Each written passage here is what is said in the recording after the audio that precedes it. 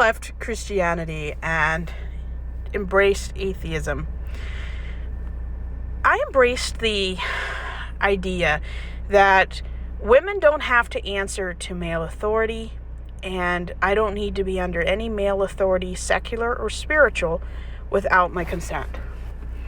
I reject the idea that men are natural leaders or are divinely chosen by God to lead. I mean, it's utter BS. There's a reason why 94% of men or human beings that commit rape and sexual assault against children, vulnerable men and women, why is it 94% of the time to be a man? Because men aren't natural leaders, okay? Human beings are natural leaders. It's not a gender, it's not a race thing. It's you either are a good leader or you become a good leader. There's no middle ground. And you're not just a good leader and a good manager and supervisor because you're a man. We've never had a female president, so I don't know what an American president would be like.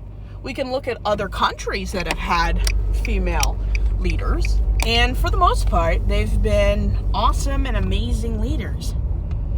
Now, I'm not advocating that every leader in America or in the world should be a female. Of course not. Because then that would be a matriarchy, and I don't want one gender or one group to have all the power. I think it would be a good idea for men, women, people of all groups to rule the world. Men, women, trans, gay, every group, every ethnicity should have equal access to power and political advancement. I mean, New York just elected the first openly out Muslim mayor, and the Republicans and MAGA conservatives are losing their effing minds over it. It's like, who cares what someone believes? As long as the people involved are decent human beings who want to help the working class and give New Yorkers a better future with less rent and tax cuts and child care assistance, food stamps. I don't care whether you're Muslim, Hindu, or a Wiccan, or an atheist. I do not care. And if people don't vote for someone based on their religion, that's bigotry. It's a prejudice against a specific group of religious people. And, I mean, say what you will, but not voting for someone for any reason besides they're not qualified, they're not a good pick for whatever they're running for right now, and there's a better, more qualified person, are really the only legitimate reasons not to vote for somebody. If the person is the most qualified, it is bigotry not to vote for somebody because of their religion, their just existing or being born the way they are, a nationality. Like, not voting for someone because they're left-handed, that's a different kind of prejudice. And you can laugh, but there are people out there that will not vote for someone if they're left-handed. That is a real thing. I forget what the word is. But not voting for someone who is highly qualified and is one of the best options for a political seat, and you don't vote for them because they're a woman, that makes you sexist.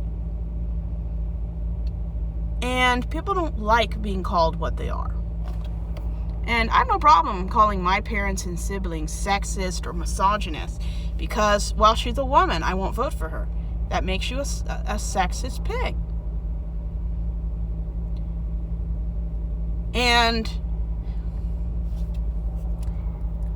women don't need to be ruled by men exclusively. I have no problem with male leaders, but they should not ever be the majority. And if they are for a little while, okay. Maybe those people are the most qualified for this time period.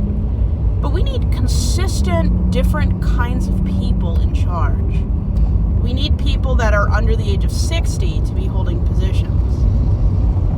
We need to start voting for people who are within 25 years of our age. We need to start voting for people that were born after the civil rights movement started. We need people who grew up in a world where bigotry, slavery, and Jim Crow wasn't legal. And women don't need to be under male authority. If you want to go to church, fine. But just remember, every time you're in church, people are in charge because they're a man. They should be in charge because they're experienced and they deserve to be in charge. Not because they're a man, not because they're white, or because they're the only decent person there. They should be elected for whatever church position they have because they are the most qualified. Men don't have spiritual authority. It doesn't exist. Men are not better leaders than men. Well, better leaders than women. Men don't just get to be in charge because they're male. I don't need to get married to have a spiritual guardian or headship. I don't need to be led by a man. I don't need a man. But there's nothing wrong with wanting or hoping that at some point you find someone to spend your life with. There's nothing wrong with that. As long as when you are alone and living your life by yourself, you're content. Because marriage will not fix your loneliness. It just won't. And atheism taught me to embrace that, yeah, I'm a woman. I'm not less than. And I'm not going to submit to someone just because they're a man. I want to live in places and in countries that see women as equal. And right now, America doesn't see women as equal, which is not surprising at all. But American women do have more rights than the majority of countries in the world. But we still have a long way to go. And I reject the biblical role models, the biblical ideology that men are natural leaders. No, men are natural rapists, and they're the most likely group to harm vulnerable people. And I'm not saying that every man is a predator. But there's something to it when 94% of convicted predators are men. Men are natural conquerors. They like to colonialize. They like to create slavery. They like racism. They're not natural leaders. They're natural predators. And luckily, not all men are predators. Not all women are decent human beings either. I mean, 6% of predators identify as feminine. So it's not all men, but it's almost always a man for some reason. And that's when I learned that a system or a religion that constantly puts the group of people most likely to commit a crime as the most godly leaders is when you start creating you flip a coin every time a cis heterosexual man is in charge. You flip a coin because of how society allows and creates and protects these kind of people. So no, women, myself included, we don't need male guardians. We don't need men to rule us, to lead us, or protect us. Men are what we need protection from. And any man who wants to protect me, I see as a threat. A possible threat. They're not always a threat, But, I mean, I watch a lot of Netflix, and I'd just rather live my life on my own. Because the stories I've heard from women I've worked with, oh boy, it's just not worth it for me. I'm too independent, too set in my ways, and growing up in such a male-dominated, sexist, homophobic environment put me off ever getting married, having children. I just don't want to be under a male authority anymore. I just don't want it.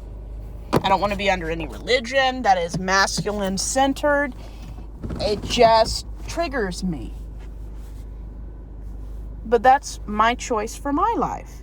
And as long as I'm happy living my life the way I want to, I don't see anything wrong with that.